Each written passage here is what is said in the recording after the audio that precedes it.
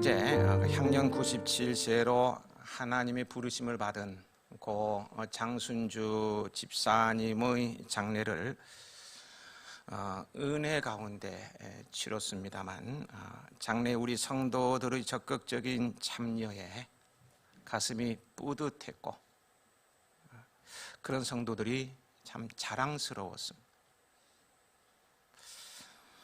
개인적인 친분이 없는 분들은 이 코로나19의 영향으로 더더욱 장례식장을 찾는 것이 망설여질 법도 한데도요,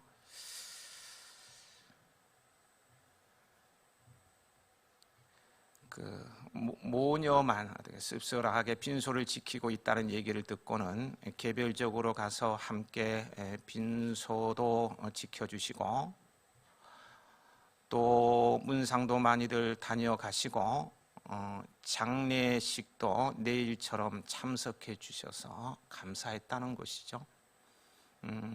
운구위원도 6명이 필요하다고 했더니 우리 남자 성도분들이 자원하셔서 딱 맞춤이 되었습니다. 세상 사람들은 그렇다고 하지요. 우리 집 대소사에 다녀갔는지 명부부터 먼저 확인해보고 또 상부상조가 되는지 품앗이라 그럴까요? 그 가능한가를 따져보고 간다고 하는데, 우리 성도들은 그런 것에 개의치 않고 하늘 사랑 가족으로서 꿈이 있는 아름다운 동행인의 참 모습을 보여주는 것 같아서 제 가슴이 뿌듯했다는 것입니다. 고맙습니다. 자랑스럽습니다. 어려운 가정일수록 발벗고 나서서 섬기고자 하는 우리 성도들의 그 마음의 자세가 너무 훌륭한 것 같습니다. 네. 오늘 본문은 메시아 곧 예수 그리스도에 대한 예언으로서 메시아 자신이 말씀하시는 그런 방식을 취하고 있습니다. 근데 누가복음 4장에 보면은요, 예수님의 공생애를 시작하면서요, 그 초기에 오늘 봉독한 이사야서의 이 부분을 사람들 앞에 선포하십니다. 18절에서 21절의 말씀, 누가복음에 있는 것입니다. 제가 읽어드립니다. 주의 성령이 내게 임하셨으니 이는 가난한 자에게 복음을 전하게 하시려고 내게 기름을 부으시고 나를 보내사 포로된 자에게 자유를, 눈먼 자에게 다시 보게 함을 전파하며 눌린 자를 자유롭게 하고 주의 은혜의 해를 전파하게 하려 하심이라 하였더라. 앞에 기록되어 있죠. 스크린에. 책을 덮어 그 맡은 자에게 주시고 앉으시니 회당에 있는 자들이 다 주목하여 보더라. 이에 예수께서 그들에게 말씀하시되 이 글이 오늘 너희 귀에 응하였느니라. 무슨 말씀입니까? 예수님께서 오늘 본문의 말씀인 이사야서 61장 1절부터 3절의 예언이 자기 자신을 통해서 성취되었다고 선포하신 것입니다. 예수님은 하나님이 보내신 메시아라는 거예요. 그렇다면 그런 질문을 던져볼 수도 있어요. 예수님께서 하나님이 보내신 메시아라는 사실을 어떻게 알 수 있는가? 여러분, 어떻게 알 수 있을 것 같아요? 사람들이 예수님을 구주로 인정했기 때문인가요? 그렇지 않습니다. 예수님 당시 유대 나라의 종교 지도자였던 대제사장들과 백성의 장로들과 서기관들과 바리새인들은 예수님을 백성을 선동하는 자로 여기고 신성모독죄로 사형을 언도했습니다. 그리고 당시 유대를 다스렸던 로마 총독 빌라도는 예수님을 십자가 형틀에 못 박아 죽였습니다. 이는 그들이 예수님을 메시아로 인정하지 않았다는 것을 말해주는 거예요. 물론 시몬 베드로를 비롯한 제자들과 소수의 사람들이 예수님을 메시아로 믿고 따랐지만 그들이 예수님을 메시아로 옹립한 것이 아니었습니다.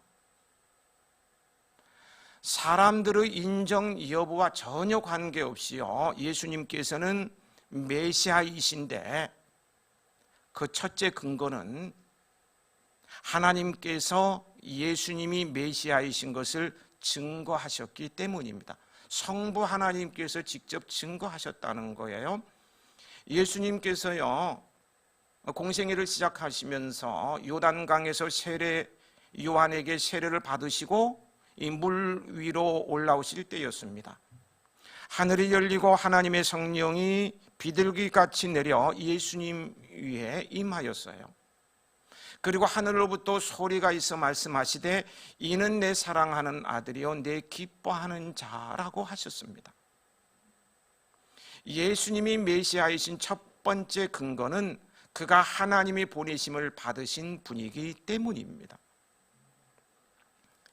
예수님이 메시아이신 두 번째 근거는요, 하나님께서 예수님에게 성령을 기름부터 부어주셔서 메시아의 직임을 수행하게 하셨기 때문입니다. 예수님께서 세례를 받을 때 성령이 비둘기같이 그 위에 임하였다는 말씀이 있고요, 또 사도행전 10장 38절에는 이렇게 증언해요. 하나님이 나사렛 예수에게 성령과 능력을 기름부터 타셨음에 그가 두루 다니시며 선한 일을 행하시고 마귀에 눌린 모든 사람을 고치셨으니 이는 하나님이 함께 하셨습니다. 예수님께서 행하신 놀라운 이적들, 맹인이 눈을 뜨게 하고 말 못하는 자로 말하게 하고 중풍병자를 일으키고 나병을 깨끗하게 하고 심지어는 죽은 자들을 살리신 것은 다름 아닌 하나님께서 보내신 성령께서 예수님과 함께 하셨다는 증거입니다.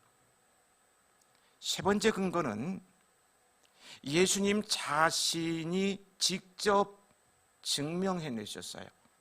무엇으로요? 부활로 입증하셨습니다. 인류 역사상요, 예수님 한 분 외에 죽음을 이기고 부활한 사람이 여러분 어디에 있습니까? 들어보셨어요? 없지요. 소크라테스, 석가 공자, 그들은 훌륭한 성인, 그래서 우리에게 존경받아 마땅한 인물들이라고 할 수 있겠어요. 그렇지만요, 그 훌륭한 성인들임에도 불구하고 죽음에 삼킨 바 되었기에 메시아일 수 없습니다. 메시아는 구주예요.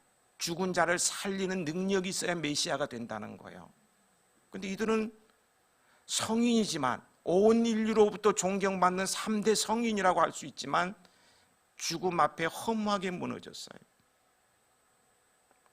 아무리 말을 잘해서 수많은 사람에게서 메시아로 인정을 받은 자가 있다고 할지라도요, 그가 죽음 앞에서 속수무책이라면 결코 구주 메시아라고 할 수 없는 거예요. 그러나 예수님께서는 죽어 무덤에 장사되신 지 3일 만에 죽음을 이기고 부활하심으로써 그 자신이 메시아이심을 밝히 입증하셨습니다. 이러한 사실들로 증명되듯이요, 예수님만이 메시아로 이 땅에 오신 유일무이한 구주이십니다. 그런데요, 충격적이라 그럴까 하여튼 더욱 놀라운 사실은요, 웬 은혜와 사랑인지 모르지만 그 많고 많은 사람들 중에 우리는 메시아로 오신 예수님을 나의 구주로 믿고 내 인생의 주님으로 모시게 되었다는 사실입니다.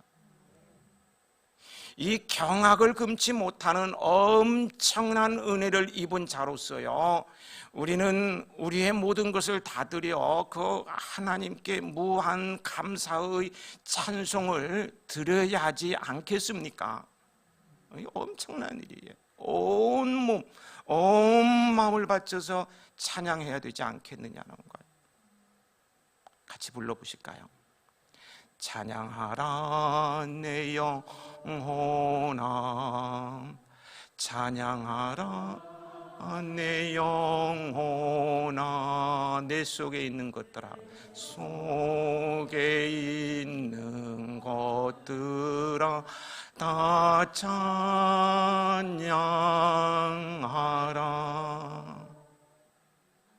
찬양해야 됩니다. 할 수밖에 없어요. 오늘 본문은요, 이렇게 메시아, 즉 그리스도로 이 땅에 오신 예수님의 사명이 무엇인지를 말해주고 있습니다. 1절 말씀 함께 읽어 보시겠습니다. 주 여호와의 영이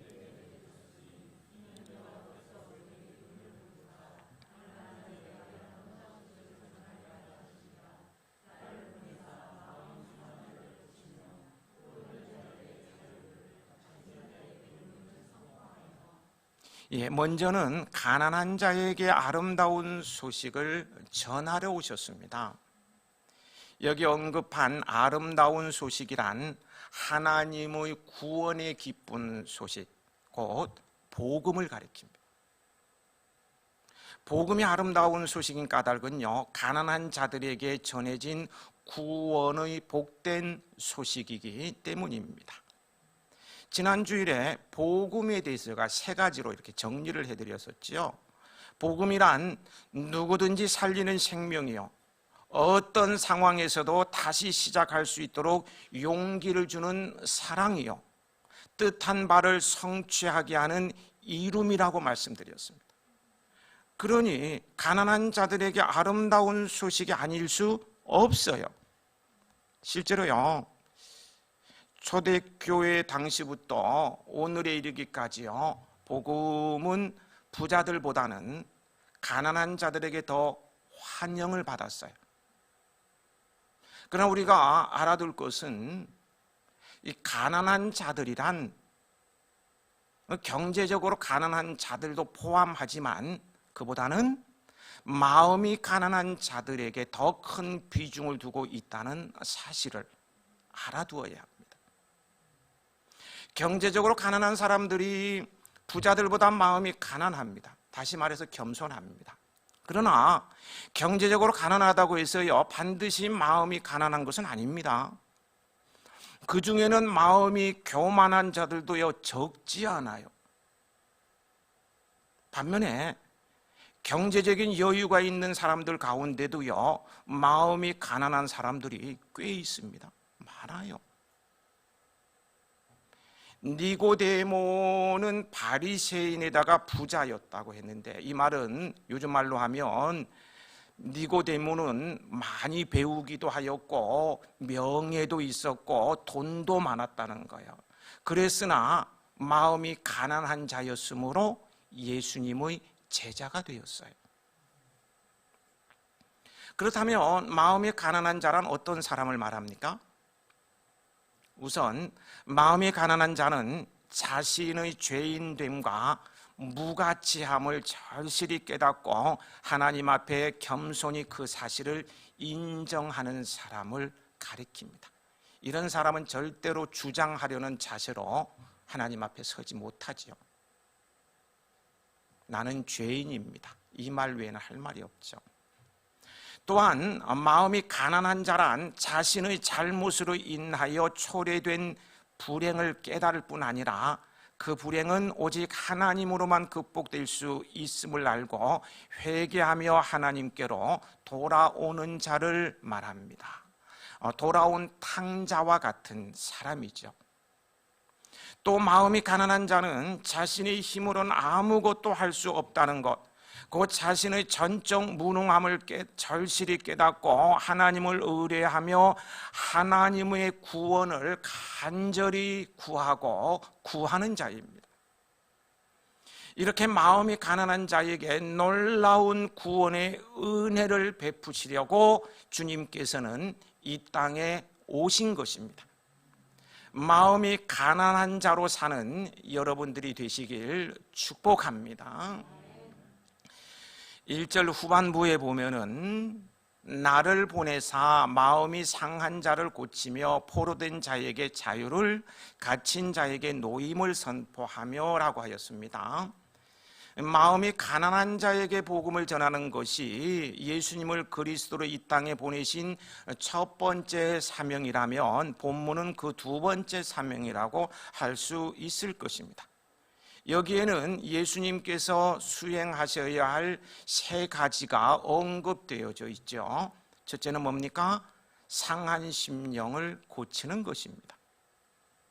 여기서 상한 심령이란 마음이 깨진 자, 마음이 산산조각 난 자, 곧 마음이 고통을 당하는 자를 말합니다. 그런데 여기서 이해해야 될 것은 이 마음이 깨지고 고통당하는 것은 어떤 세상적인 불운에 의해서 찾아오는 어떤 아픔, 실패, 건강상의 문제 등으로 인한 그런 고통을 말하는 것이 아닙니다. 여기서의 마음의 고통은 그 모든 것들의 근원이라고 할 수 있는 그 자신의 영혼을 사망으로 몰아가는 죄로 인한 심적 고통을 말합니다. 따라서 상한 마음을 고쳐준다는 것은요, 그 사람의 죄를 해결해 준다는 말이에요. 그런데 이 세상에 자기의 죄 때문에 마음 아파하는 사람을 고쳐줄 자가 누구입니까? 정말 죄의 문제에서 헤어나오지 못하는 이들이 의외로 많아요. 그를 고쳐줄 사람이 누구냐는 거예요.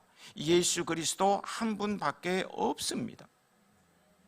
예수님은 죄의 문제를 해결하여 죄로 인해 심적 고통을 당하는 자들을 치유하기 위해 이 땅에 오셨습니다.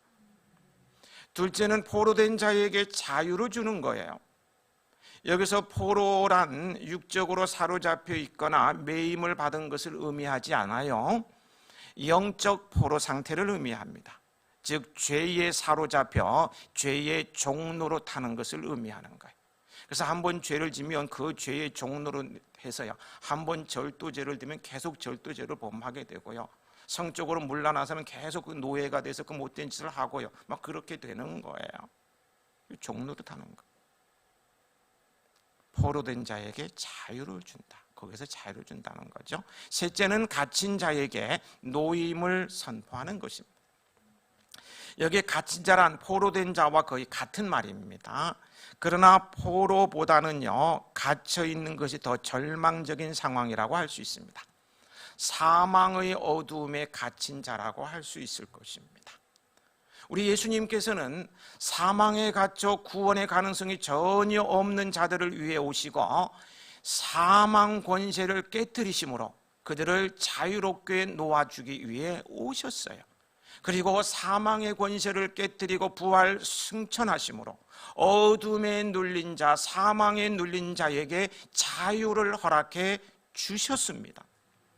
상한 심령이 치료받고 모든 죄의 속박에서 자유하는 여러분이 되시길 축복합니다. 2절 말씀 함께 읽으시겠습니다.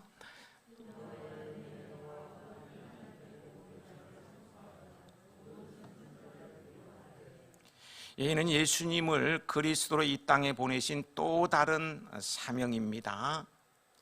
여호와의 은혜의 해를 전파하여 슬픈 자를 위로하는 것입니다. 여호와의 은혜의 해란 희년을 말합니다. 레위기 25장에 보면 희년의 규례가 나오는데요, 희년은 하나님께서 율법에 명하신 것으로요, 구약시대 이스라엘 자손은 매 7년마다 안식년을 지켰으며 안식년을 7번 지낸 그 다음에 곧 50년 되는 해를 희년으로 지켰습니다. 희년이 되면 어떤 일이 일어나느냐? 희년이 되면 다른 사람에게 팔았던 토지가 원주인에게 되돌려졌어요. 빚을 갚지 않았더라도 원래의 주인이 자기의 땅을 되찾았습니다. 그리고요, 가난해서 남의 집에 종살이 하던 사람들은 종의 신분에서 해방되어서 각기 자기 집으로 돌아갈 수 있었어요. 이처럼 희년은 가난하고 종살이하는 사람들에게 회복의 기회를 주는 해이므로 은혜의 해라고 했습니다. 이 은혜의 해는요, 곧 신약 시대를 가리킵니다. 예수님께서 그리스도로 이 땅에 오심으로 신약 시대가 시작되었는데, 신약 시대에는 유대인이나 이방인이나 차별 없이 모든 사람에게요 구원의 기회가 주어져서 누구든지 예수님을 믿으면 구원을 받습니다. 죄에서 자유함을 누리는 거예요. 아담의 범죄로 인류는 에덴 동산을 상실했죠. 그래서 비옥했던 땅에 가시와 엉겅퀴가 나고 이마에 땀을 흘려야 식물을 먹게 되었어요. 그런데 예수님께서 이 땅에 오심으로 희년 은혜의 해가 우리에게 임했습니다. 그래야 이제 성도들은 그리스도 예수 안에서 에덴 동산보다 더 좋은 천국을 상속받게 되었어요. 죄에서 종살이하던 우리가 그리스도 안에서 해방되었을 뿐만 아니라 감히 상상도 할 수 없는 하나님의 자녀로서의 영광스러운 신분을 얻게 되었습니다. 큰 은복이 아닐 수 없어요. 은혜의 해와 함께 보복의 날을 선포하셨는데요, 이 보복이란 마음에 맺힌 원한을 풀어준다는 뜻입니다. 예수님께서 이 땅에 오신 것은 우리 인생들의 철천지 원수인 사탄 마귀를 멸하고 마귀의 위협을 당하지 않게 해주시기 위함이었습니다. 마귀는 우리 인생들을 이롭게 하는 법이 없어요. 이 사탄 마귀의 목적은 망하게 하는 거예요. 그래서 망하게 할 뿐입니다. 예수님께서는 이 마귀를 도둑이라 하시면서요, 도둑이 오는 것은 도둑질하고 죽이고 멸망시키려는 것뿐이라고 말씀하고 계세요. 근데 예수님께서는 이 땅에 오신 것은 이 같은 마귀의 일을 멸하려 하심입니다. 인간들은 마귀의 꿰매에 빠져서 하나님과 원수가 되었고 저주 아래서 고통스러운 삶을 살 수밖에 없었어요. 그런데 이제 하나님의 독생자 예수께서 동정녀 마리아의 몸에 성령으로 잉태하셔서 이 땅에 오셨습니다. 몸소 십자가에 달려 대속의 피를 흘리고 죽으심으로 인간들의 모든 죄를 없이 하셨습니다. 이로써 마귀는, 사탄은요 치명적인 상처를 입고 결정적인 패배를 당했습니다. 예수님께서 인류의 철천지 원수인 마귀 사탄을 이기셨으므로 우리들은 더 이상 이 세상에서 마귀를 두려워할 이유가 없어져 버렸어요. 도리어 우리에게는 예수 그리스도의 이름으로 귀신을 결박하고 쫓아낼 수 있는 특권이 주어져 있습니다. 예수님의 이름으로 사탄 마귀 권세와 싸워 승리의 계가를 부르는 여러분들이 되시길 축복합니다. 3절 말씀 같이 읽겠습니다.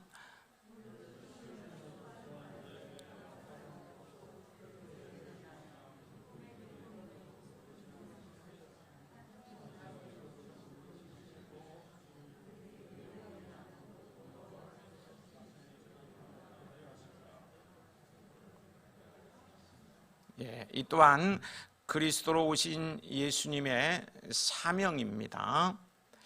전반부를 보면은요, 무릇 시온에서 슬퍼하는 자에게 화관을 주어 그 죄를 대신하며 기쁨의 기름으로 그 슬픔을 대신하며 찬송의 옷으로 그 근심을 대신하시고라고 하였습니다. 여기서 말하는 죄는요, 불에 타고 남은 잔재로서의 죄를 의미하는 것으로 인간의 상상할 수 없는 최악의 상황을 말합니다. 갑자기 집이 불에 타서 아무것도 없는 제 한 줌의 죄가 남는 그런 최악의 상황을 말하는 거예요. 그와 대비되는 화관은요, 반짝이다라는 의미로요, 사람을 영화롭게 하고 명예롭게, 영화롭게 하고 빛나게 하는 것을 의미합니다. 한편 기쁨의 기름으로 그 슬픔을 대신한다고 했죠. 거기서 말하는 기쁨의 기름이란 원수에게 당했던 모든 모욕과 멸시를 일시에 제거해주고 그 실추되었던 명예를 회복시켜주는 기름입니다. 그 기쁨이 얼마나 영광스럽고 감격스러운 것인지 능히 짐작할 수 있지요. 또한 찬송의 옷으로 그 근심을 대신한다고 했는데요, 여기서 찬송의 옷이란 찬송의 의미를 극대화한 어떤 은유적 표현으로요, 하나님께 놀라운 은혜를, 구원의 은혜를 베푸르신 하나님께 감격과 기쁨으로 드리는 신앙 고백을 말합니다. 그 근심은 어두컴컴한 심령으로, 절망적인 상황으로 도저히 찬양할 수 없는 암울한 상황을 말합니다. 그런데 찬송의 옷을 입혀 주신다는 거예요. 여기에 보면은요, 화관과 재, 기쁨과 슬픔, 찬송의 옷과 근심이 대조를 이루고 있죠. 대조를 이루고 있고요. 예수님께서는 성도들에게 그 슬픔, 근심 대신에 화관, 기쁨, 찬송의 옷을 주실 것이라고 말씀하고 있어요. 설명을 해드렸습니다. 화관과 제 기쁨과 슬픔, 찬송의 옷과 근심이 어떤 의미를 담고 있는가를 말씀을 드렸는데요, 주님께서는 우리 성도들에게는 화관, 기쁨, 찬송의 옷을 입혀주실 것이라고 말씀하고 있다는 거예요. 성도된 여러분에게 주신 약속입니다. 이 놀라운 약속이 여러분의 생애에 성취되어지길 축복합니다. 근데 잘 들어보세요. 여기요, 화관과 재, 기쁨과 슬픔, 찬송의 옷과 근심이란 이 대조를 이루는 단어를요, 묵상하다가 저가 말입니다, 이 뇌리 속에 번쩍 떠오르는 단어가 있었어요. 화관과 재, 기쁨과 슬픔, 찬송의 옷과 근심, 극과 극이죠. 완전 대조를 이루고 있는 이 단어를 몇 번이고 묵상하며 생각하다가 이 뇌 속에 번쩍 떠오르는 단어가 있었다는 거예요. 그 단어가 뭔 것 같습니까? 제 속에 들어와 보지 않았으니까 모르겠죠. 근데 뭔 것 같아요? 극과 극의 단어를 이렇게 생각하면서 떠오를 수 있는 단어가 있지 않을까요?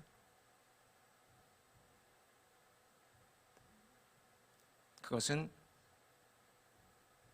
역전입니다. 역전. 너무 심심한가 보다. 그렇다고 좀 맞장구 치는 표정을 좀 고개 끄덕끄덕 하면서 해주시면 안 됩니까? 역전이에요, 역전. 제 뇌리에 번쩍했던 단어가 역전이에요. 역전.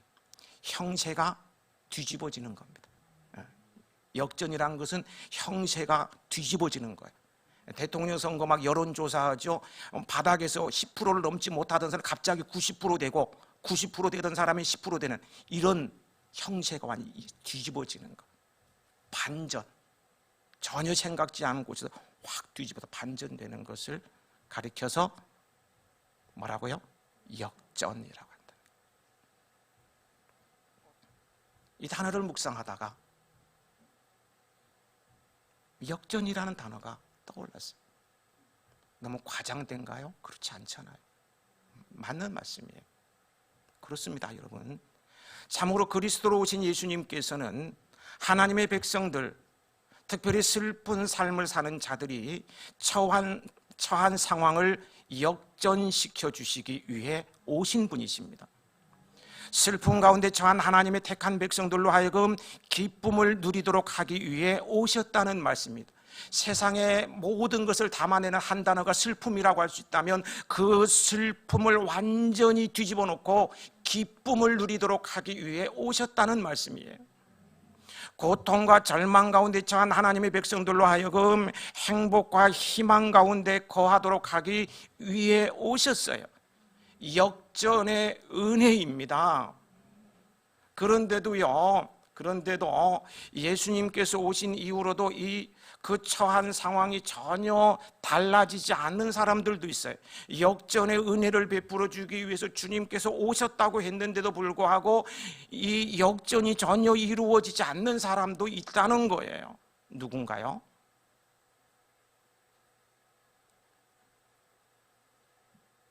누굴 것 같아요? 예. 가슴이 덜컹하죠? 나는 아닐 것 같다. 혹시 전혀 역전이 되지 않는 사람이 있어요. 그들은 예수님을 그리스도로 믿지 아니한 사람입니다. 그러나 예수님을 믿는 사람은 그 상황이 다 역전되기 시작하였습니다. 고통과 슬픔이 행복과 기쁨으로 바뀌기 시작하였어요. 절망이 희망으로 바뀌었어요.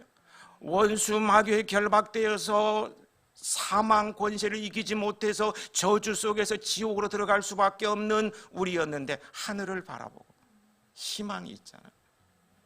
절망이 희망으로 바뀌었어요. 이런 은혜가 오늘 예배하는 여러분에게 주어졌다는 말씀입니다. 역전의 은혜를 누리시길 축복합니다. 축복합니다. 어떻게 이러한 일이 가능하게 되었습니까? 그것은 예수님께서 인생들의 죄를 대신 짊어지고 죽으셨기 때문입니다. 즉 예수님께서는 우리 인생들을 고통과 슬픔과 절망으로 몰아넣은 죄를 그 자신의 죽음을 통해서 해결하심으로 그를 믿어 그 안에 있는 자들로 행복과 기쁨과 희망의 삶을 살도록 역전의 역사를 이루어 놓으신 거예요. 우리는 아직 완전한 구원에 이른 것이 아닙니다. 때문에 우리는 이 세상에 사는 동안요 육적인 고통을 당할 수도 있어요. 그러나 그 기간은요 영원이라는 시간에 빗대면 우리가 육신을 입고 이 땅에서 사는 그 기간은요 그다지 길지 않습니다. 고통이 아무리 심하다 할지라도요, 아픔이 크다 할지라도요, 영원이라는 시간에 빗대면 그다지 길지 않다니까요. 길어봐야 100년 정도이겠죠. 고작 100년이에요. 우리가 이러한 고통이 있을 때에도요 이를 참고 인내하며 더욱더 예수님을 가까이 한다면 장차 다시 고통과 슬픔과 절망이 없는 나라에서 영원한 기쁨과 행복을 누리며 살게 됩니다. 예수님은 이미 그 일이 가능하도록 모든 여건을 충족시키셨어요. 그러므로 여러분은 이 세상과는 완전히 다른 영원한 나라의 복된 삶을 바라보면서요 영적인 기쁨을 누리며 이 땅에서 슬픈 일, 아픈 일을 겪는다 할지라도 그리스도 안에서 기뻐하는 삶을 사시길 축복합니다. 후반부를 보면은요 그들이 의의 나무 곧 여호와께서 심으신 그 영광을 나타낼 자라 일컬음을 받게 하려 하심이라고 하였습니다. 예수님께서 성도들에게 죄와 슬픔과 근심을 벗겨내고 다시 화관과 기쁨의 기름과 찬송의 옷을 입혀주시는 것은 그들로 의의 나무로 심겨져 의의 열매를 맺음으로써 여호와의 영광을 나타내게 하기 위한 것이라는 그런 말씀이 되겠습니다. 여러분요 잘 들으세요. 예수님을 믿음으로 거듭난 우리는요, 여기 우리는 저와 여러분을 가리키는 거예요. 예수님을 믿는 우리 모두요, 우리는 예수님을 믿음 거듭난 우리는 의의 열매를 맺어 하나님의 영광을 나타내는데 사용하도록 하나님께서 친히 심으신 의의 나무라는 사실을 아셔야 합니다. 여러분은 하나님께서 친히 심으신 의의 나무라는 거예요. 아셨어요? 나는 의의 나무입니다. 의의 나무. 하나님께서 친히 심으신 의의 나무예요. 그런데 이 의의 나무의 특징이 무엇인지 아십니까? 의의 나무의 특징은요, 첫째, 하나님께서 손수 심으신 나무입니다. 하나님께서 직접 심으신 나무예요. 그렇기 때문에 절대로 뽑히지 않습니다. 절대로 뽑히지 않아요. 어느 누구도 뽑아낼 수 없어요. 사탄 마귀도 어찌할 수 없어요. 그 어떤 힘도 하나님이 손수 심으신 이 의의 나무를 뽑아낼 수 없어요. 그리고요, 이 나무에는 기쁨과 찬송이 넘칩니다. 기쁨과 찬송이 넘치는 나무예요. 슬퍼하는 사람들에게 제 대신에 화관을 씌워주시며, 슬픔 대신에 기쁨의 기름을 발라주시며, 괴로운 마음 대신에 찬송이 마음에 가득 차게 하십니다. 또한요, 세 번째라고 할 수 있는데, 좋은 열매를 맺음으로, 의의 나무는 좋은 열매를 맺음으로 사람들에게 하나님의 영광을 나타내는 나무예요. 저는 우리 교회가 이러한 의의 나무가 되기를 소망합니다. 저는요, 정말이에요. 저는요, 우리 성도들이 이러한 의의 나무가 되기를 기대하며 진심으로 축복합니다.